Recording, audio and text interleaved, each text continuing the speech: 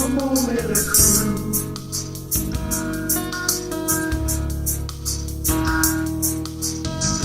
A moment of truth, like the sunrise. A moment of truth.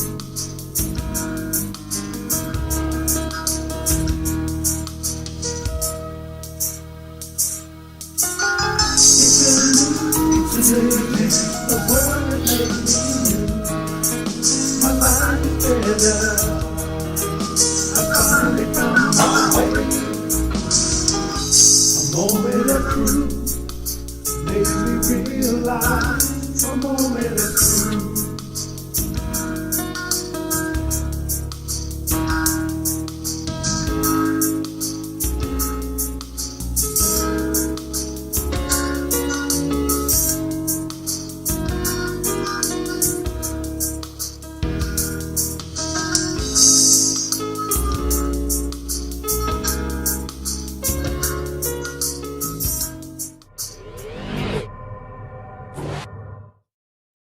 Well, good evening, good evening, good evening. Welcome to the Moment of Truth. This is Live at 5 with your host, Dr. Harold G. Dacus Jr. So good to see you all on this evening. We are here for our evening session of Live at 5. And tonight we're back in the book of Proverbs. We're moving on to chapter 7. Some of the same topics are coming up, but we're moving on now to chapter 7 in our study in the book of Proverbs. Let's have a word of prayer. Father, thank you for blessing us this evening. We thank you for your loving kindness and your tender mercies. Thank you for your bountiful many blessings. We ask you to bless us now in this time that we have come to share. Allow our hearts and minds to become good ground, that we would receive the seed of thy word and then bring forth good fruit unto good measure. This is our prayer in Jesus' name. Amen. All right.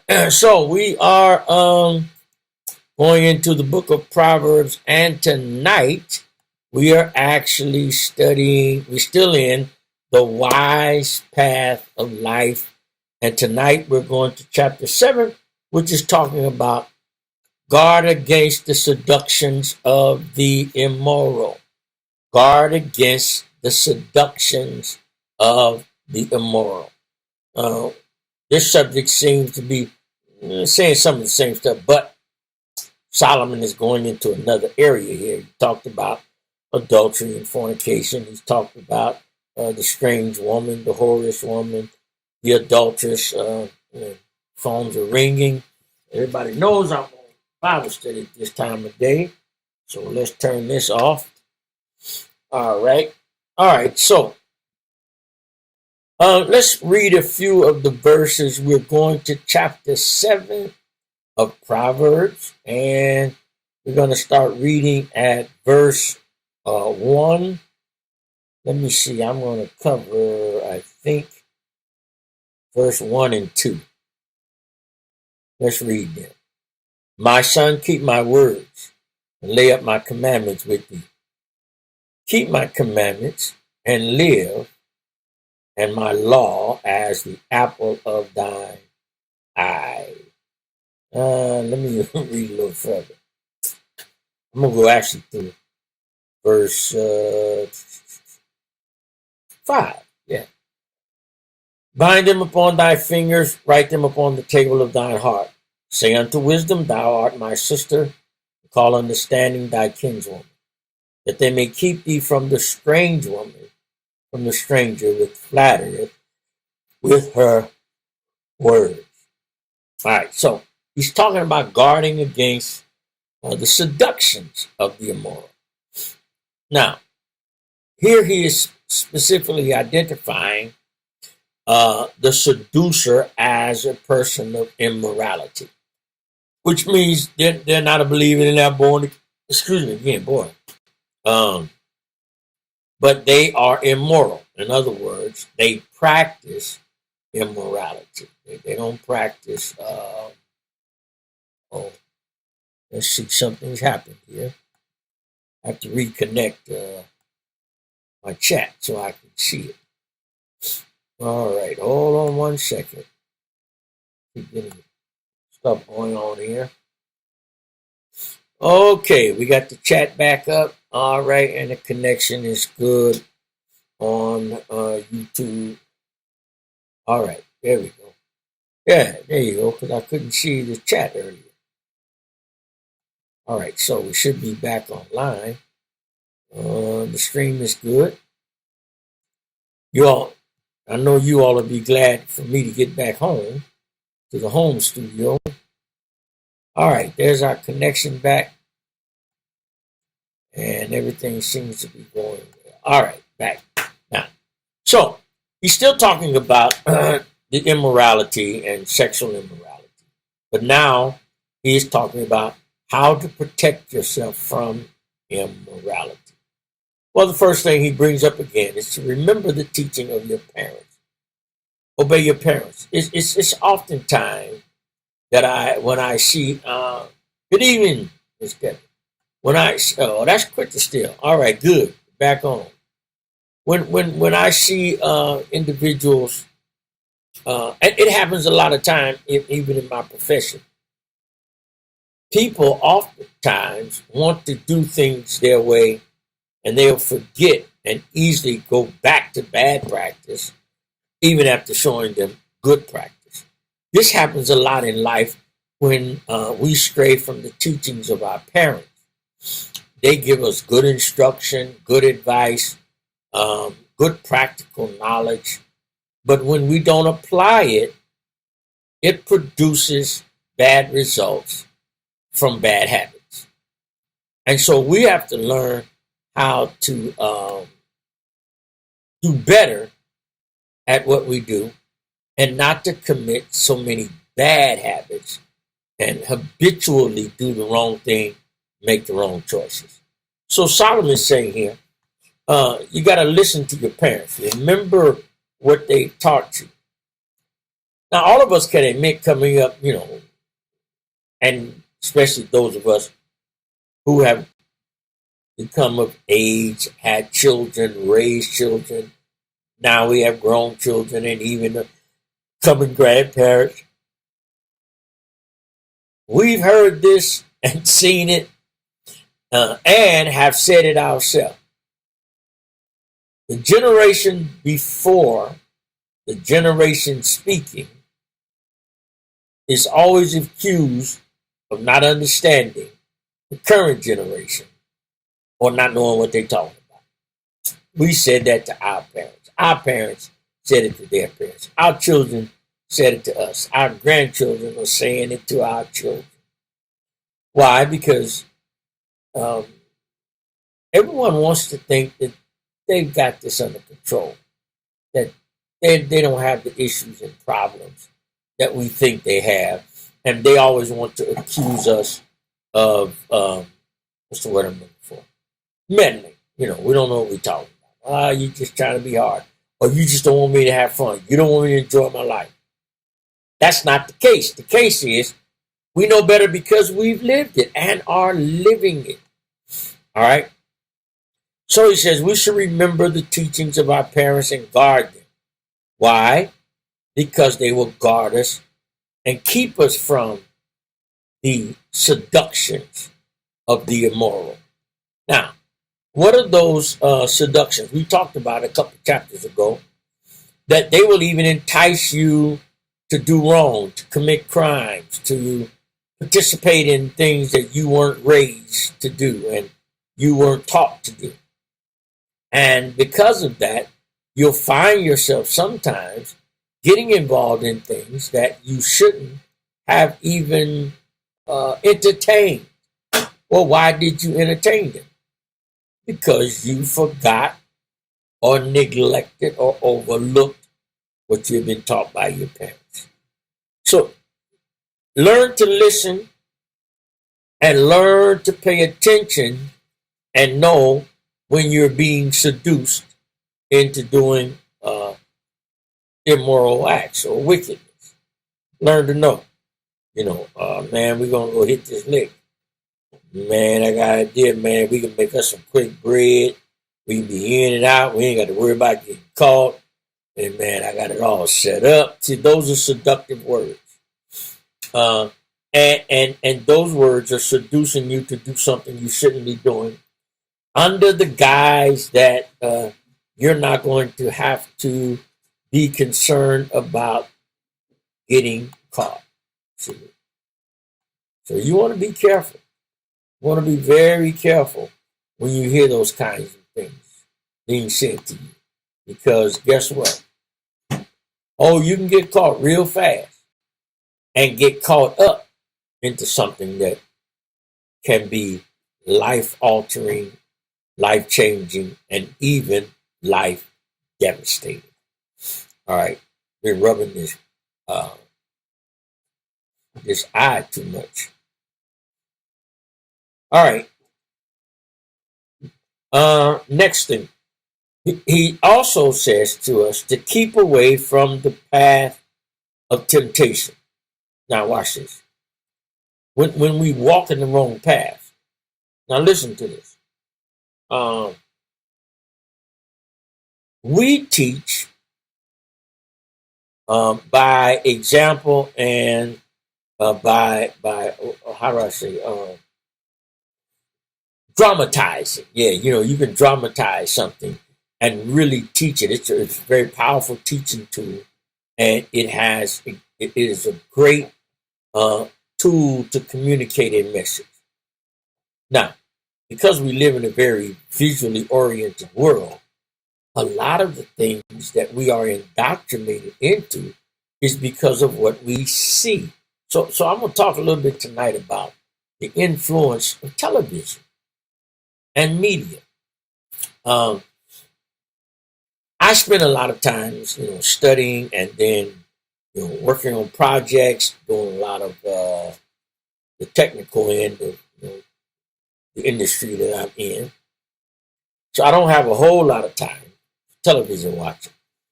But, we've had some time while here and probably watched much more in a week and a half than I normally would on a week.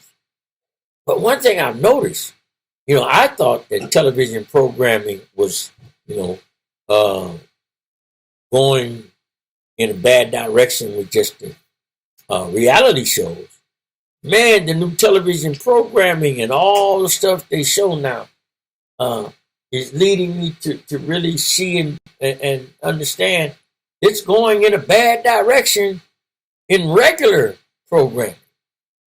I mean, the content of some of these shows now, and about this, the seductions of the immoral, there is so much influence now on social media, television, radio, and movies. Just the entertainment industry, music, movies, television,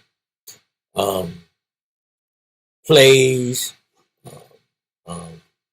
all of the mediums that they use. But you see so much negative reference to life and living, and it's as though no one is paying attention to the messages being disseminated, and they're spending more time putting out negative information and negative vibes and negative influence that it's difficult for anyone to navigate through life, especially as a believer, and keep being inundated with all of these different media, bombardments. And everywhere you look, there's some reference. Like now, just about every other commercial, you have some reference of same-sex relationships. You even have them advertising now. What was that? Not the Christian Mingles. That was on a skit, but there's another one called the very popular one for matchmaking. Oh man, why I can't think of it. It'll come to me before we're done. But they're even advertising same-sex relationships. And well, like that used to be a site for Christians. What is the name of that thing? It's gonna come to me. And No, not Tinder. Tinder has always been the raunchy side. But it was a Christian. It's the first one that came out that was very popular.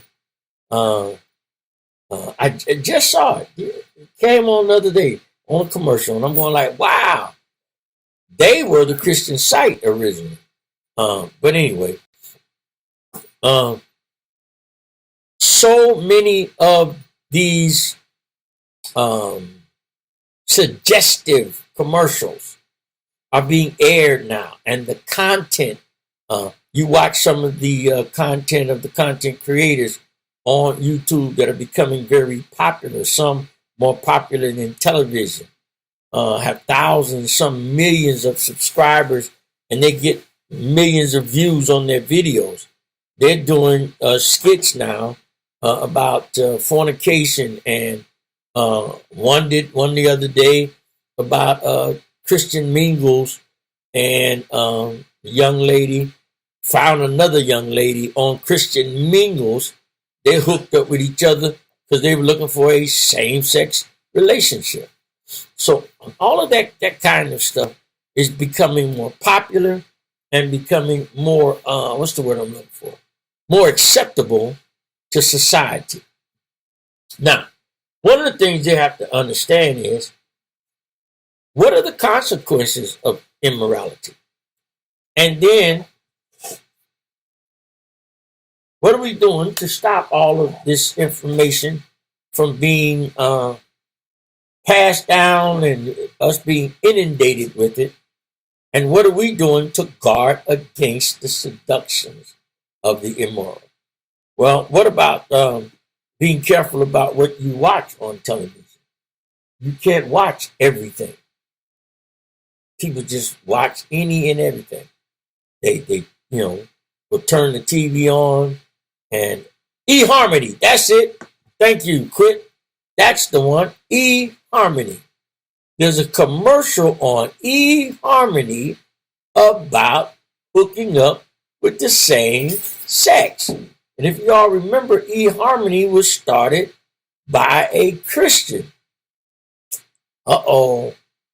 Yeah, like being unequally yoked. Now we have this, overwhelming influence of what? Suggestive advertising and suggestive programming. And now we're inundated with it. So yeah, eHarmony, that was the one. Thank you, Sister Quick. But listen how this is. Everything is done dramatically. You see, when you see images and visuals, they plant thoughts in your subconscious mind as well as your conscious mind. We've talked about this several times over the last year and a half. Now, if you notice here, Solomon is a master teacher, bringing up these topics the way he does and repetitively injecting the teaching continuously, chapter after chapter. Now, Jesus was a master teacher, and he dramatized with parables. Yeah, he used parables. They were very practical. They were interesting stories. They were relatable. People could relate to them because they touched a place that the people were familiar with. And so they weren't confused about the context or the content, and they could identify with it. Well, Solomon, here in the first 6 chapters, he's been doing the same thing with his son.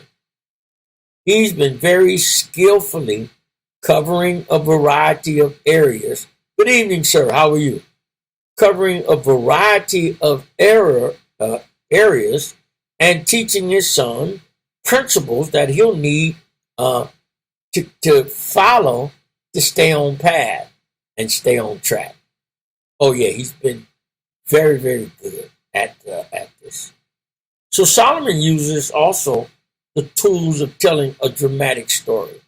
He's telling this dramatic story in a way that it is conveyed to his son that he can't miss it.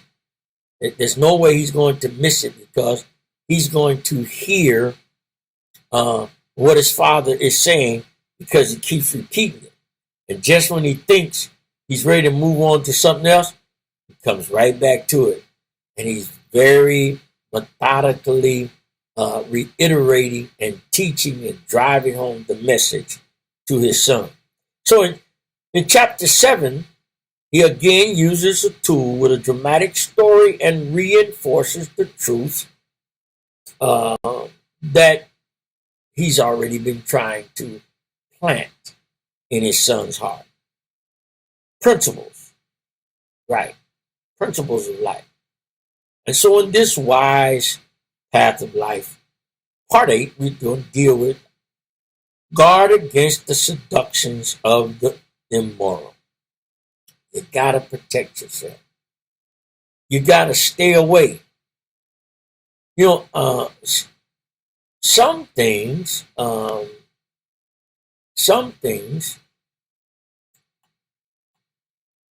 people ignore, and how do I put this? Because they ignore because they don't want to deal with the subject, or they want to kind of like ease into it or ease around it. So they say, well, we talked about it, but we really didn't get into depth. Well, this is one of the reasons why so many people go lacking. I think that we ought to do better at getting into in-depth instruction and teaching so that people have full understanding of what it is you're trying to convey to them. I can't give you full understanding unless I go into depth enough for you to really grasp the foundation. Not only grasp the foundation, but grasp the subject matter in a way that you understand it so that when you have to deal with it, you know how to adequately defend yourself against what's coming at you to turn you from truth to the immoral, to the lie. So, the most enticing, listen, there are two things that really entice people, humans: sex and money. Those are our greatest temptations. And one is because as human beings, and this is just a fact, the sexual connection is the most powerful connection we encounter. Yeah. It's our first addiction. It's the strongest connection we encounter as humans.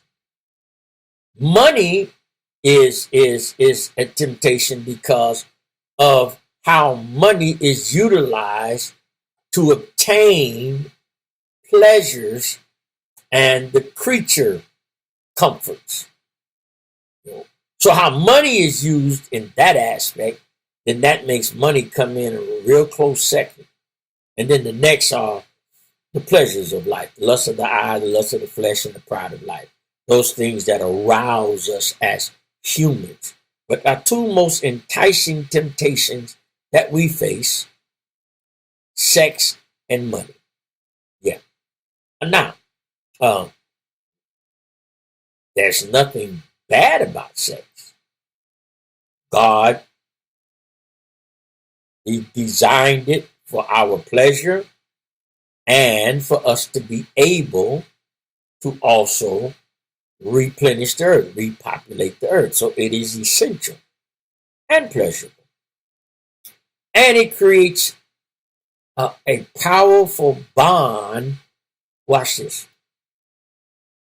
It is the power bond in a marriage.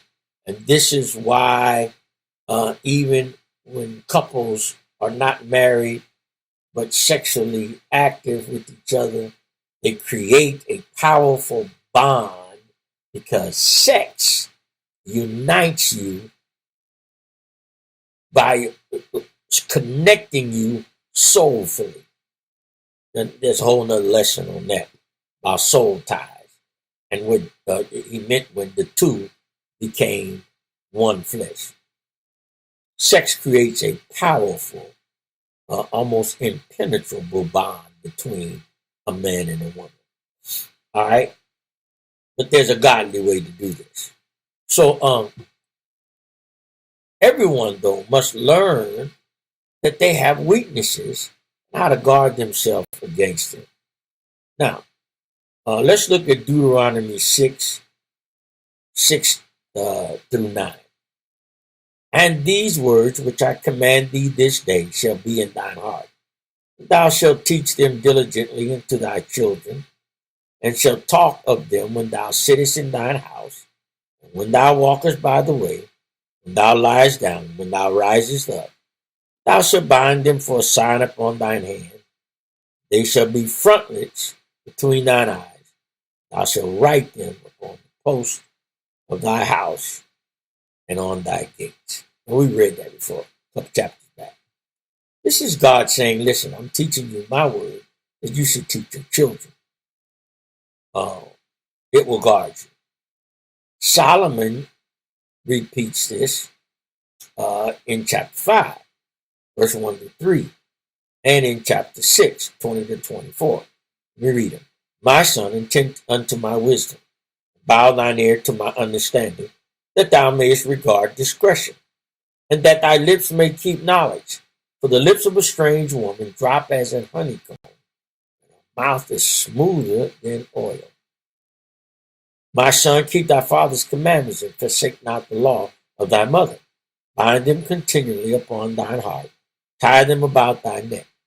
When thou goest, it shall lead thee. When thou sleepest, it shall keep thee. And when thou awakest, it shall talk with thee.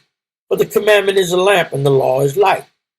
And reproofs of instruction are the way of life, to keep thee from the evil woman, from the flattery of the tongue of a strange woman. So he's saying, keep or guard or protect my words and my commandments. Guard them, keep them.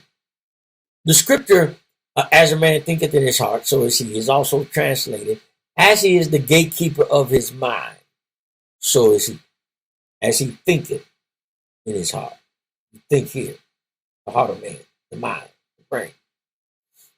And so we have to learn to follow instructions. If you do it the way it's supposed to be done and keep it. See, sometimes people, you can show them a better way to do something, but because they've been doing it the wrong way so long, that you turn your back and come back and they back to the bad habits again. And you got to tell them again, no, I told you, do it this way. It's going to work better for you. It's going to be easier. But they're going to keep doing it the other way until they learn. Because why? What they know is what's comfortable to them. What they don't know, even if it's better for them, is uncomfortable because they're not familiar with it. All right? So now, Solomon then is teaching his son and continuously telling him in every chapter, remember what I've taught you. Remember the teachings of your father and your mother. Commit them. We are blessed when we learn to stay on the right path and continue to do what we know works. All right? Let's see. Songs of Solomon 4:9. Thou hast ravished my heart, my sister, my spouse. Thou hast ravished my heart with one of thine eyes, with one chain of thy neck. We talked about how a woman can use her looks, gestures. Songs of Solomon 4:10. How fair is thy love, my sister, my spouse? How much better is thy love than wine, and the smell of thine ointments than all spices? Or they can smell right. Verse 12. A garden enclosed is my sister, my spouse. A spring shut up, a fountain sealed. In other words, You can only get into it by coming into the space where it's locked up. Once you get in, you locked up with it. And then chapter 5, verses 1 and 2, Song of Solomon. I am coming to my garden, my sister, my spouse. I have gathered my myrrh with my voice, with my spice. I have eaten my honeycomb with my honey. I have drunk my wine with my milk. Eat, O friends, drink. Yea, drink abundantly, O beloved. I sleep, but my heart waketh. It is the voice of my beloved that knocketh, saying, Open to me, my sister, my love, my dove, my undefiled. For my head is filled with dew, and my locks with the drops of the night. Solomon talking in love talk. It will captivate you.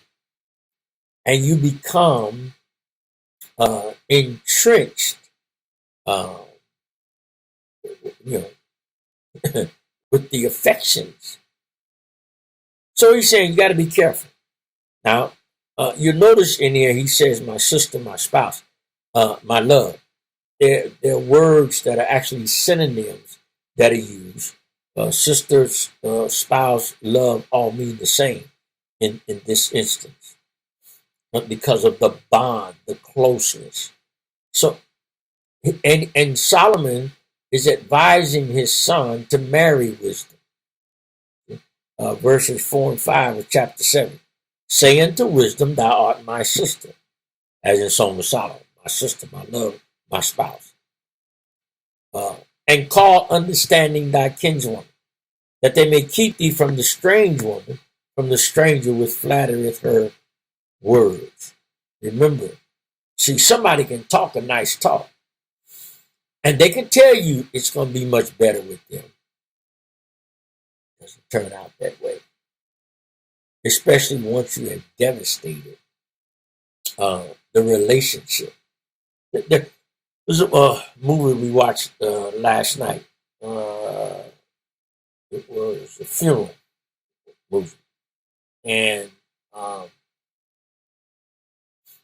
in the movie, family was coming to visit for an anniversary. And they get there, and the family that was visiting ran into the husband of the marriage that they were coming to celebrate the anniversary at a hotel, but he had a heart attack. They're having sex with a young woman who's supposed to be a friend of the family, not his wife. Then his son was in the room next door with his brother's fiance having sex. And his wife was at his parents' house waiting on him to show up. And so was his brother waiting on his fiance, who supposedly had flew in later than them, but it was at the hotel. But anyway, by the time the story comes out and gets around, the father he's died while having an affair with a young woman who is supposedly the friend of him and his wife. How you going to be a woman's friend and you're having sex with her husband?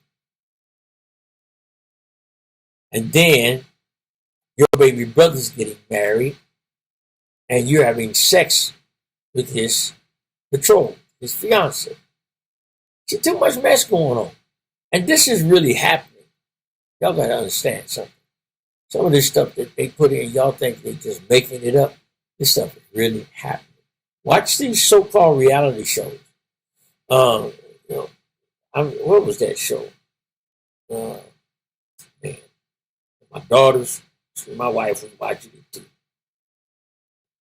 And one episode, the guy had, I don't watch it, I got to remember the details. This particular show, because I came in and there was an argument. He had slept with 3 of the women and had gotten involved with another woman that wasn't part of it. Love and Hip Hop. I forget which one it was. I don't know if it was LA or Atlanta, because they have different ones for each city. But anyway, this is the kind of lifestyle people are living now.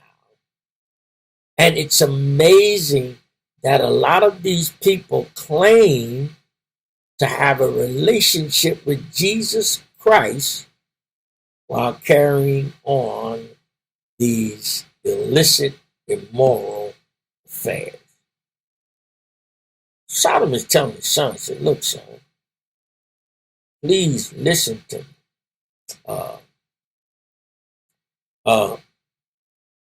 Make sure you choose wisdom. Choose wisdom. Don't follow. Choose wisdom. Call understanding. Say to wisdom, thou art my sister. To understanding, thou art my kinswoman. And then they will help keep you from the strange woman, the one that's not yours. It's amazing how we can always find something in the other, not because it doesn't exist in the one we're betrothed to or the one we're married to. It's because we don't see it, because we don't look for it, because we don't draw it out. It's there. It's there because it was there. That's why you married him. But you out looking for other things and ignoring what you already have. They say the grass is greener on the other side. Well, if you water your grass, it might turn green.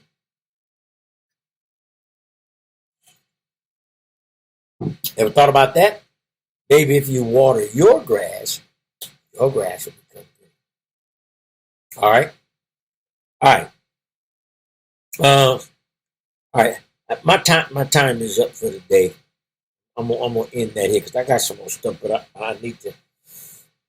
I want to do this a little differently.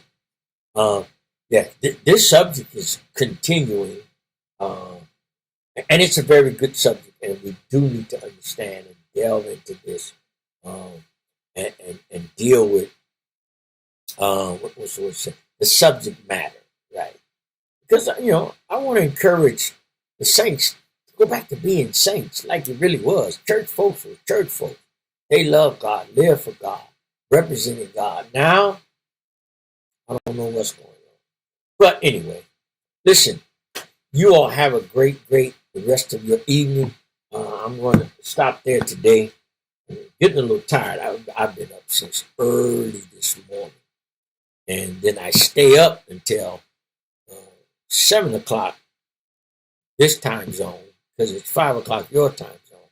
I've actually been up since 4 o'clock this time zone, which is 2 o'clock, 2 a.m. your time zone. So, but I'm a little spent, tired, and my thoughts are getting a little foggy, but I am. I'm extremely tired. But I'm going to get some rest. I don't have to get up as early tomorrow, and we're going to be finishing a little earlier. So I'll be able to get some rest and get my nap in before tomorrow's session. Well, there you go. So, yes, I'm tired. But anyway, listen, you all have a wonderful, wonderful, blessed evening. I hope you enjoyed the lesson tonight. And I pray that God will continue to bless you all. And we will see you two all tomorrow evening. Lord say the same. I won't be on in the morning because I'll already be at work. But I will be on tomorrow evening, live at 5 Pacific time. God loves you and I love you. Not a thing you can do about it. You're going to be blessed in the name of the Lord Jesus.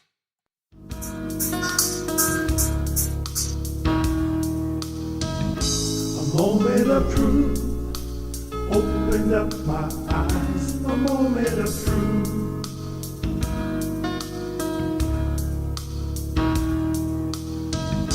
A moment of truth, like the sunrise. A moment of truth.